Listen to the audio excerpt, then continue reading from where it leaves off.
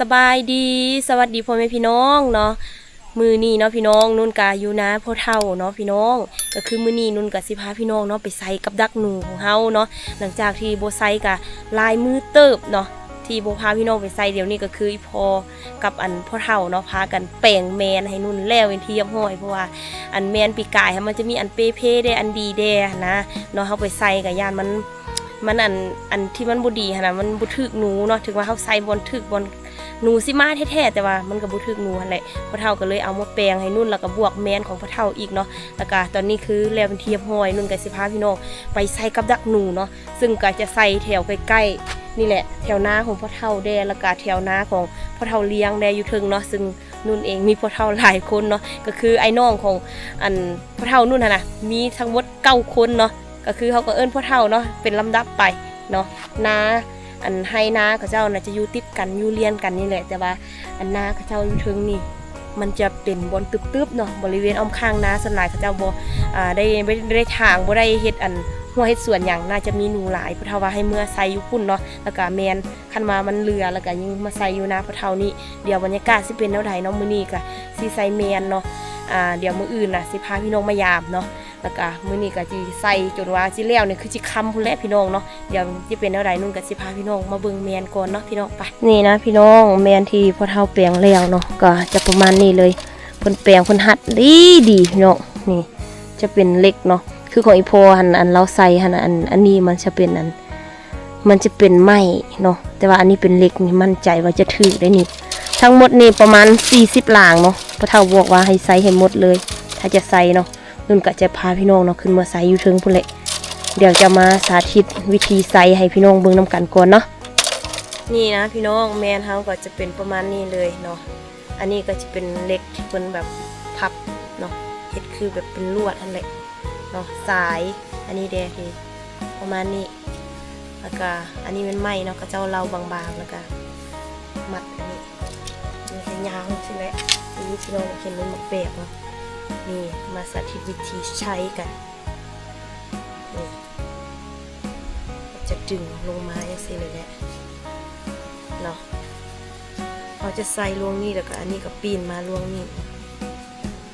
เกาะแบบนี้เกาะคนละลวงกันอันเกาะแต่ลวงเดียวมันบ่ได้นะทุกคน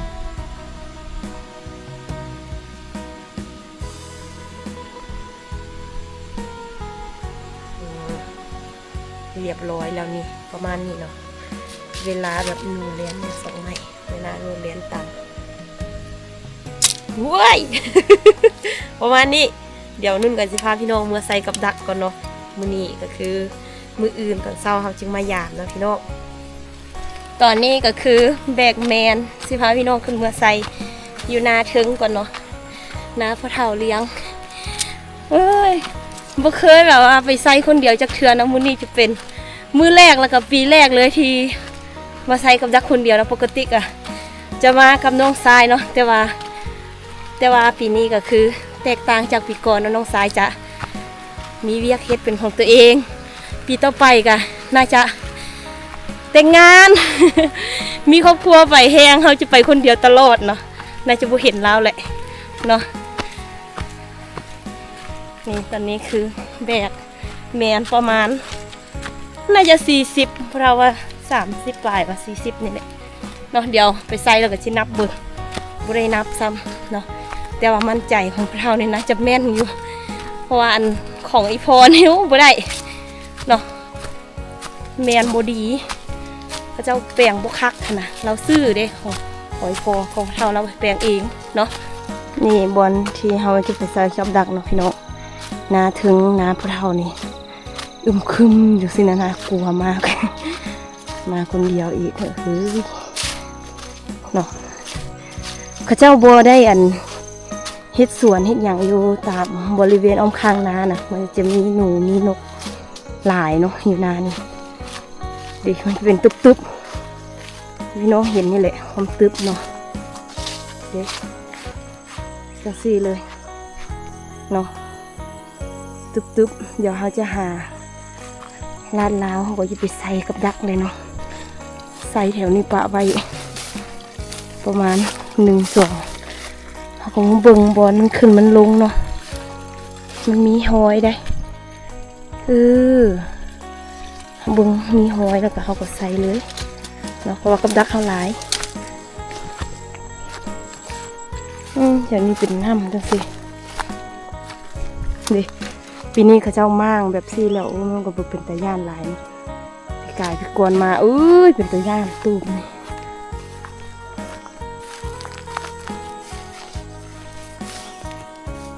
มีหอยหนูอยู่เด้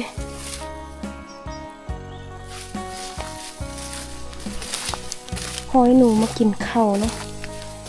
แต่เขาจะมาเบิ่งหอยดิแบบคักๆเนาะหอยธรรมดานี่ไม่เอาหอยแม่นๆเลยแหละโอ้ยเดี๋ยวมันกินข้าวอยู่นี่เดี๋ยวเช้านี้มีหอยมันอยู่ที่สุดเขายางมาเขาก็มาเจอหอยหนูแล้วพี่น้องเด็ก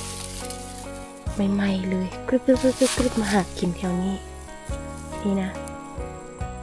โอ้โหแม่นเลยเนาะเข็นแบบสะอาดสะอ้างเดี๋ยวเขามาใส่บนนี้นะพี่น้องนี่เอาเมียนมาเลยปืด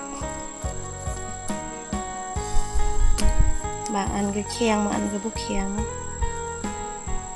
แข็งโพดกาโอ้ยหนูถือก่อนแมบบัดเดียวเลยหัวแตก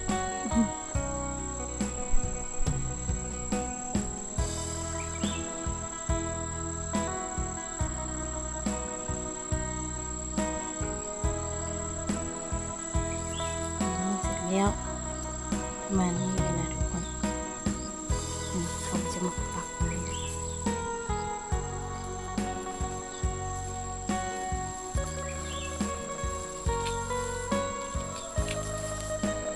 มันยัง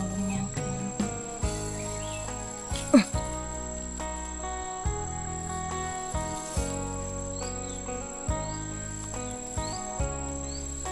เรียบร้อยแล้วเดี๋ยวเข้าไปนี่เขาใส่แล้วก็จะประมาณนี้เลยเนาะเห็นบ่ใส่เขียวๆอยู่ตรงกลางเนาะใส่มือแล้วเรียบร้อยเนาะมึงเส้นทางโอ้แม่นคือสิถืออยู่เนาะยืนพยายามเดี๋ยวมาใส่รางต่อไปเนาะสอกเบิ่งแถวนี้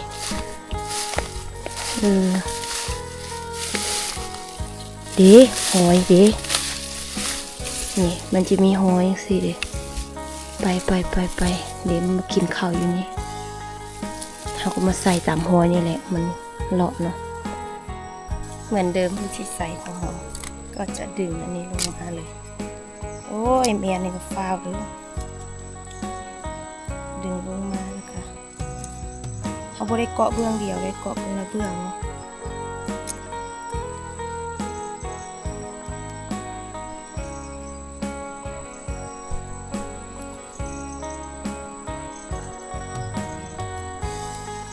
เท่าแปลงดีหมดแล้วคันว่า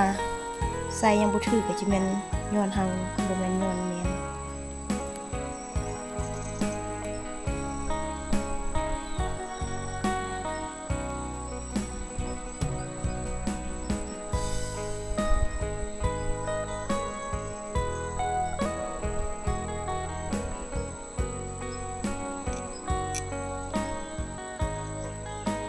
ใส่คือจะง่ายมันบ่ได้ง่าย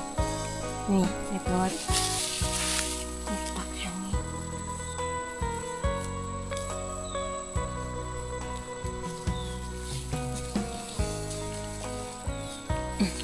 รียบร้อยหัวน้ำใส่กึกกำลังขึ้นมาวันนี้กริบเลยบ่ฮู้ว่าถือบ่ถือเนาะเดี๋ยวขออนุญาตใส่แมนของเฮาก่อนเบิ่งบักหลายยามใดสิหมดเนาะมื้ออื่นแล้วก็จึงสิพาพี่น้องมายามแต่เศร้าๆเนาะระหว่างที่นุ่นใส่แมนอยู่กับพ่อเฒ่าเพิ่นก็มาใส่ ใส่ตามกันเด้ของเราแห้งหลายเราเอามาหลายอันนี้มีจรวดดัมเมอร์อ๋อ ใส่แมนตามกันเนาะแต่ว่านุ่นมาใส่ก่อนนุ่นยังหน่อยเดียวสิหมดของเราเนี่ยเราหากจะมาเริ่มใส่เนาะเด็กเราจะกลับไปใส่บนอื่นแล้ว เนาะใส่แมนตามกันพี่น้องเด้ของเท่าแห้งดีได้เมียนของเรามันจะน้อยอีกจะดีเนาะไม่จิละโต้เลยดิ เงยเงียบเหรอเราจะย้ายใส่บนอื่นเรียบเรียงในนี่เรียงขึ้นนี่ตึกโอ้โหยอรกาลก็เราตัลก็สังกัดอะไรนะนี่ก็บูมเมียนยอละตึกโอ้เราลุยละเด็กๆจะรอ30 ปลาย40 โดยิ่งน้องเราเงี้ยก็เด้อปลอโอ้จะรออันกี่ไกลๆเราบนง่ายแล้วเป็นง่ายยากเราสิเอากลับเนาะเรามาใส่อันประมาณ4-5 หลังนี่แหละเราสิทอดกลับเนาะไปใส่บนอื่นเพราะว่าบนนี้ก็คืออันเรามาเมื่อกี้เนาะมาเฮ็ดเวียกเรามาเป้าหมายก่อนนุ่นแล้วแต่ว่านุ่นมาใส่ก่อนเราเนาะก็เลยตำกันนี่นุ่นใส่ยังน้อยเดียวได้ยังประมาณ10 ปลายหลังนี่แหละที่แล้วก็จะกลับบ้านมื้ออื่นจึงสิพาพี่น้องมายามตอนเช้าเนาะมาก็โอ้โหอีดูแล้ว เราจะไปใส่วันอื่นอีกเราเป้าหมายตอนเช้าแล้ววะมาตอนเช้าแล้วก็มาเบิ่งบอนอันที่ใส่กำลังหนูนี่เนาะแต่ว่าก็บ่มีวันใส่แล้วจะได้กลับ กลับไปใส่วันอื่น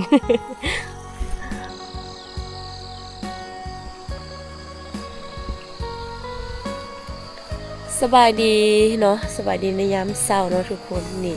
ตอนนี้คือนุ่นกับย่างมาหอดนาของพวกเราแล้วเนาะเขาก็จีพยายามเน้นของเขาเนาะบ่ฮู้ว่าสีหมานบ่โนเนาะว่าสายปานเมื่อวานนี้โอ้ยมามื้อนี้เป็นวันอีกแล้วพี่น้องโอ้ยเราคือว่าดีขึ้นกะมันอากาศเย็นเนาะต้องได้แบบรักษาสุขภาพเนาะเดี๋ยวสิพาพี่น้องไปยามเน้นของเขาเฮ้ยตื่นเต้น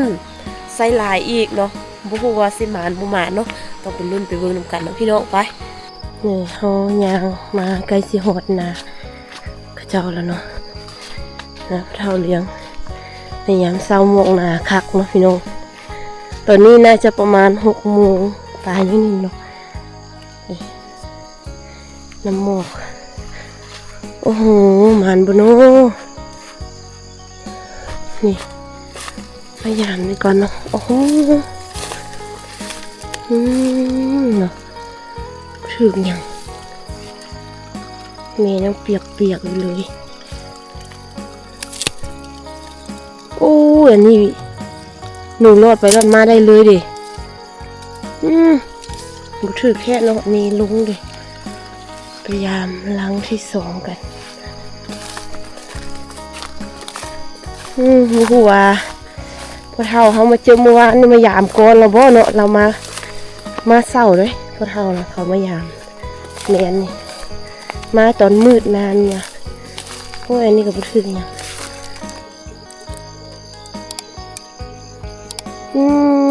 ขนูมาเกาะแคนน้ำจิกเกาะนี่มันเป็นอย่างโอ้ยมันยางโลดซื้อเลยอุ้ยลืมหลังหนึ่งอยู่นี่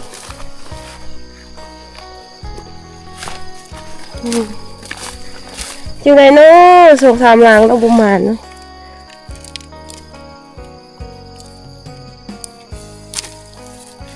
โอ้ย3 หลังแล้ว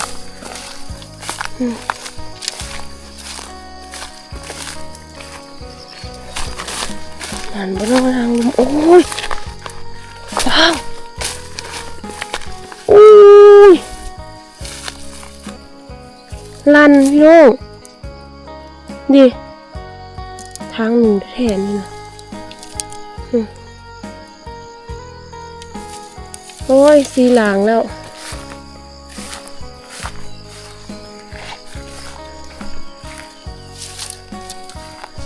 ถือว่าเนาะว้ายถึงอย่างเด้มันใส่มันก็แบบทางหนูได้เลย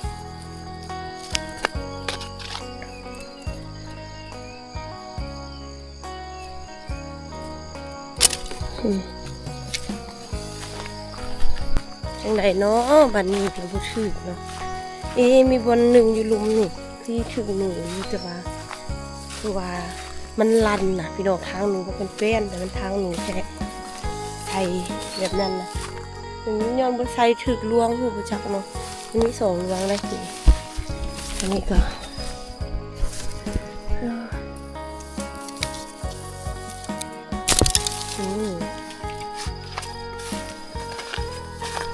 อย่างเป็นเนื้อเนาะ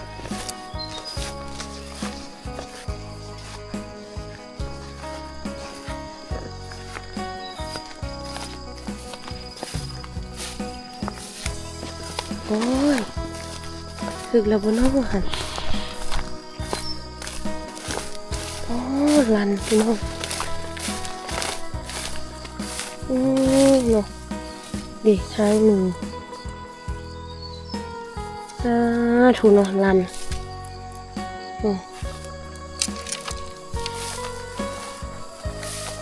ไปต่อ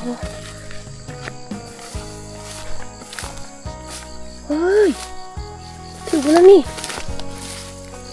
โอ้ยอันนี้ไปใส่หูหนูเลยม้ามันบุกเข้าอยู่นี่เลยมันมาทางนี้เนาะ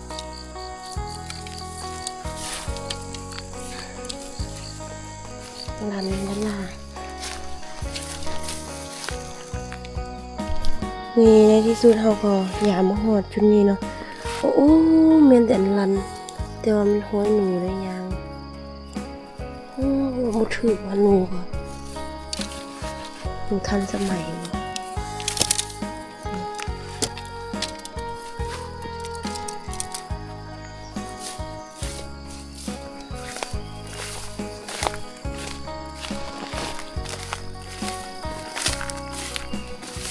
ห้อยดีค่ะมันมุดถือหนูมันจะได้เนาะ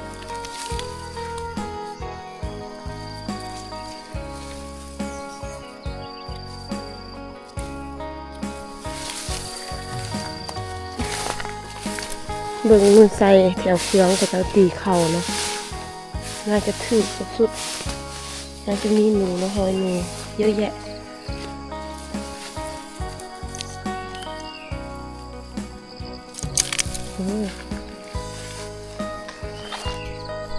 นี่นะพี่น้องเขาก็ยามมาเรื่อยๆป้ากับดักเขาเป็นอะไรเนาะเพราะว่าสิบุถือเก็บตู่เนาะ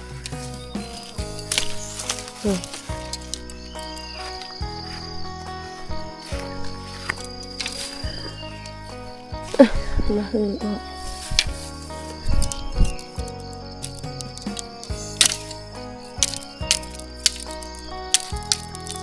บางอันก็ลั่นละล่าเนาะพี่น้องนุ่นยานว่าสิมีคนมายามแล้วเพราะว่ามื้อวานนี้นุ่นมาใส่แล้วก็จวบพ่อเฒ่าคนนึงเนาะเราก็มาทางนี้เลยแหละเรามาจะมาใส่อยู่นี่แต่ว่ามาเรามาเห็นนุ่นก่อนแล้วก็อันหน้านุ่นเนาะหน้านุ่นเราว่าโอ้ยคันว่าเจ้าไปใส่แล้วอันเห็นพ่อเฒ่าอันนั้นน่ะเรามายามตั้งแต่เดึกแต่ดื่นพุ่นแหละประมาณ 4 โมงเรามาแล้วจะบ่ทันเราดอกว่าจังซั่นเนาะเอ๊ะใจก็มีหลายหลางนะที่แบบว่ามันอันมันแบบมามันลันหั่นนะมันลันแล้วก็บางบอนก็มีขนหนูแต่บ่มีหนูย่านซีเมนต์เขาเจ้ามาลักยามแล้วพี่น้องเนาะย่านซีเมนต์เขาเจ้ามาลักยามแล้วเพราะว่าคันว่าบ่มาลักยามบ่ว่าตี้ใส่บักหลายแล้วก็ห้อยหนูแบบชัดเจนมากน่าจะบ่ถึกหลายนะก็ได้ 2-3 ตัวน่ะว่านี่คือว่าเลาะเบิ่งเรามันแม่นแต่ห้อยเก็บหนูเนาะห้อยเอาไปแล้วหั่นน่ะมีอันลัน2-3บวนเนาะอยู่ลุมพุ่นแม่นดีแล้วก็มีเทิงนี่ก็อันลันนี่ก็คือบ่มีหนูแล้วมีแต่ขนพี่น้องเนาะนี่นุ่งโลเบิ่งตามนี่นะอันใดที่บ่ลันนี่ก็เราก็บ่ได้แตะได้จักลาวแท้บ่หรือว่ามันคนอื่นเนาะแต่ว่ามีคนมายามก่อนเฮาแล้วเนาะนี่แหละคณะบ่ใส่ไก่นะน้าพ่อเฒ่ามันก็บ่ใกล้บ้านแต่ว่าคนเที่ยวไปเที่ยวมานะคนโซอยู่หากินคืออยู่นาเฮาพุ่นบ่มีคนยามดอกไปใส่ก็หมดมือก็บ่มีไผมายามบ่ถึกหยังเนาะนี่บอนลันหลายบอนกับบ่มีหนูบางบอนบ่ลันหันแฮงหนักเนาะ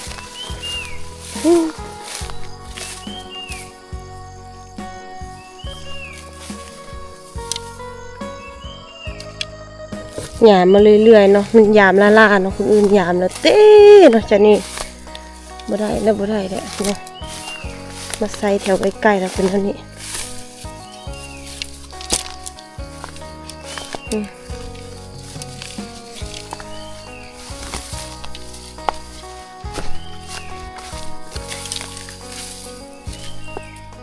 นใส่หมอกันหอยหนูหลายแถวนี้นะคือสิถูกหนูนี่นะดิบางบอนก็ยังมีแบบบนหนูคุดดิบนออกบนเขาเห็นมันกัดหญ้าอีหยัง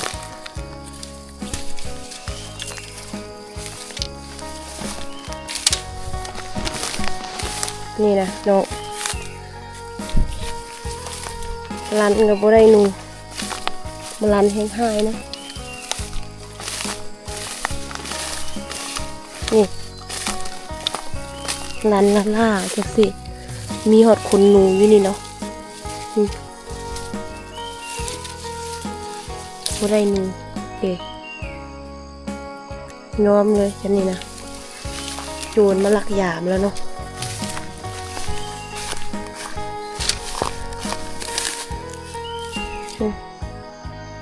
บางบอนบ่ถือก็บ่ว่าดอกแต่ว่าบางบอนหั่นน่ะมัน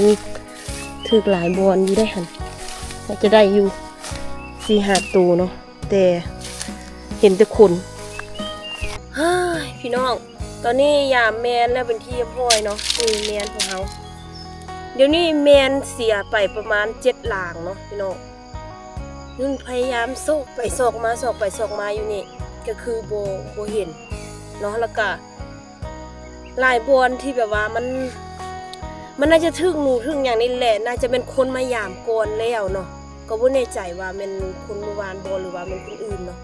ก็เขาน่าจะมาเศร้ากว่าเฮามาเห็นแมนสับลาบจังซี่แล้วเขาน่าจะเข้าไปยามแล้วก็จะโลดไปเลยโอ้ยบ่ได้เฮ็ดนำกันจังซี่เนาะเสียเวลาแล้วก็แบบเอามานี่เนาะก่อนสิมาใส่นี่มาประมาณ2 โมงสิมาใส่แล้วก็ประมาณ5 โมงปลาย6 โมงพุ่นมืดกลับเนาะกลับเฮือนแต่เฮาก็อยากมาซอกอยู่ซอกกินเฮาก็อยากได้แนวอยู่แนวกินกลับบ้านเนาะอันนี้เราว่ามาเราจ้อยเนาะบ่เห็นหยังแม่นนี่ก็เสีย7หลางอีกเนาะเราสิว่าจังไดบัดนี้นุ่นก็เรียบอยู่นานี่ประมาณ5 หอบเลยพี่น้องคิดว่าน่าจะหลงลืมมานับเมียนบ่ครบนับจังไดก็บ่ครบเนาะมี40เดี๋ยวนี้มีแต่30ปลายเนาะ33หลางเสีย7หลางเนาะเขาเอาไปแล้วถึกหนูบ่จักเนาะทอดไปเลยสินะอย่างของคนอื่นเนาะต้องได้เฝ้าฟังเลยโอ้ยบ่ได้เฮ็ดนำกันเท่านี้เนาะเสียเวลาเสียความรู้สึกตื่นเช้าอีกนุ่นตื่นแต่5 โมงครึ่งแต่ว่านุ่นนึ่งข้าวเฮ็ดหยังล้างถ้วยล้างบวงอยู่เฮือนแล้วก็ประมาณ6 โมงคิดออกมาเพราะว่า5 โมงน่ะมากับมันมืดเนาะอยู่ในป่ามันบ่เห็นหยังมันมืดอยู่บ้านเฮาเพราะว่ามันหนาวแล้วมันมีหมอกนะก็เลยว่า6 โมงค่อยมาสิแต่ว่าหน้านุ่นเว้าแล้วมื้อวานนี่ตอนนุ่นจะไปใส่นะแล้วว่าคันว่าไปใส่นี่คันว่าจวบคนนี่ไปยามมื้ออื่นก็บ่ได้ดอกเขาเจ้ามานี่มาตั้งแต่4 โมงเขาเอาอันไฟฉายน่ะมาลุยวงยามก่อนแล้วเนาะแล้วว่าเราเคยมาใส่อยู่นี่ก็ได้ประมาณ10 ไปโตนี่แหละแล้วว่าแต่ว่าใส่มื้อที่2มีคนมายามเนาะแล้วว่าบ่ถึกจักโตของนุ่นน่าจะประมาณนั้นแหละบางบอนก็ถึกก็ยังมีขนอยู่แต่บ่มีหนูเนาะผิดหวังอีกแล้วเนาะมาก็เสียความรู้สึกเลยเสียเวลาเลยเนาะมาคิดว่าจะได้หนูบ่ได้ยังซ้ำเอามาตอนพ่อแม่พี่น้องถือว่ามื้อนี้ก็เอามาซอกหนูก็ถือว่าบ่ได้เนาะพี่น้องบ่ได้เนาะโจรมายามก่อนแล้วบ่ได้เนาะกลับเรือเนาะพี่น้องขออนุญาตปิดคลิปเพียงเท่านี้เนาะขอบใจพ่อแม่พี่น้องนะคะมาติดตามรับชมคลิปจนจบและคอมเมนต์ให้กำลังใจนุ่นและครอบครัวตลอดมาเนาะขอบใจขอบคุณหลายๆเด้อพี่น้องเดี๋ยวจะขออนุญาตกลับแล้วจะเอาเมียนกลับบ้านพร้อมเนาะโอ้ยไก่อีกจะแบกเมียนกลับ